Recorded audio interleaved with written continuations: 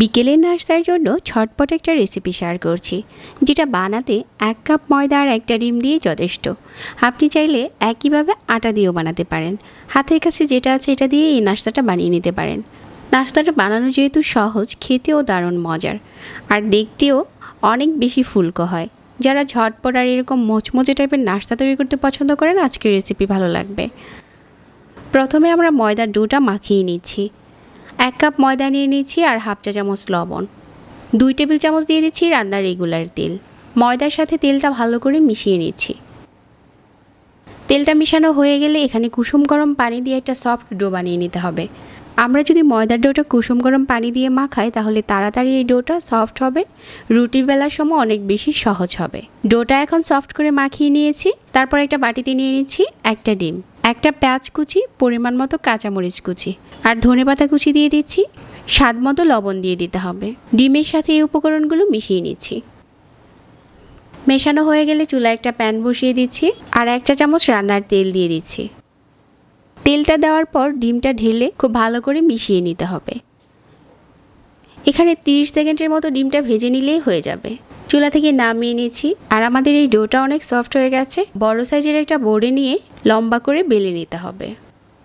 সাইডের বাড়তি অংশগুলো কেটে সুন্দর করে স্লাইস করে নিচ্ছি। তারপর ডিমের এই পোরটা দিয়ে দিচ্ছি। এভাবে করে দিয়ে মাঝ বরাবর কেটে নিতে হবে।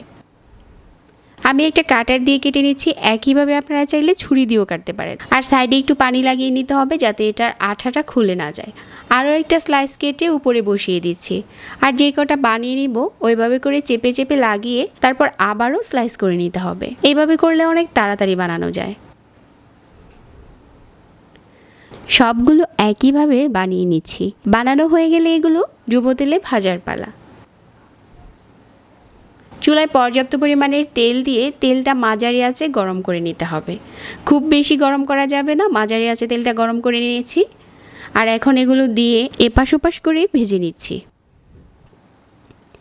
কিছুক্ষণ পরেই দেখা যাবে যে এগুলো ফুলে উঠেছে আর কালারও চেঞ্জ হতে শুরু করেছে। যখন উপরটা এরকম ফুলে উঠবে আর মোচমোচে হয়ে যাবে, ওই পর্যায়ে উঠিয়ে নিতে হবে। এখন তেল জড়িয়ে উঠিয়ে নিচ্ছি আর এগুলো আমি 2 বারে ভেজে নিচ্ছি। সবগুলো ভাজা হয়ে গেছে। এগুলো এখন গরম গরম পরিবেশন করার পালা। একটা ডিম আর 1 কাপ ময়দা দিয়ে ছটপট একটা নাস্তা শেয়ার করলাম। আশা করছি প্রতিদিনের মতো আমার আজকের এই রেসিপিটিও ভালো লেগেছে। এতক্ষণ ধরে যারা দেখেছেন সবাইকে ধন্যবাদ জানাচ্ছি। আজকে এখানেই বিদায় নিচ্ছি। আমার রেসিপি ভালো লাগলে পেজে লাইক আর চ্যানেল সাবস্ক্রাইব করে রাখবেন। সবাই অনেক ভালো থাকবেন। আল্লাহ হাফেজ।